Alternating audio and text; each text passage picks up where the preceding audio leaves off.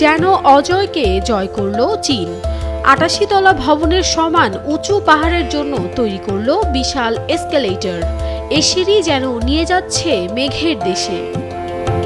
এক সময় যে পথ পাড়ি দিতে সময় লাগত ঘন্টার পর ঘন্টা, সেই পথ এখন পর্যটকরা পাড়ি দিচ্ছেন মাত্র 10 মিনিটে।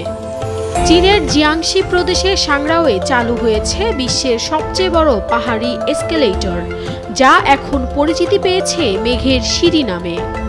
যে পর্বতের চূড়ায় উঠতে আগে আরোহীদের পাড়ি দিতে হতো কয়েক ঘন্টা, সেই একই পথ এখন তারা পাড়ি দিচ্ছেন মাত্র কয়েক মিনিটে।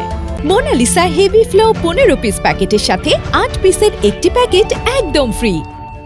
দর্শনার্থী মিস্টার ই বলেন, লিংশান পর্বতে ওঠা এখন খুবই সহজ।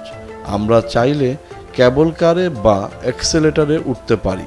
যত উপরে উঠি দৃশ্য ততই মনোমুগ্ধকর।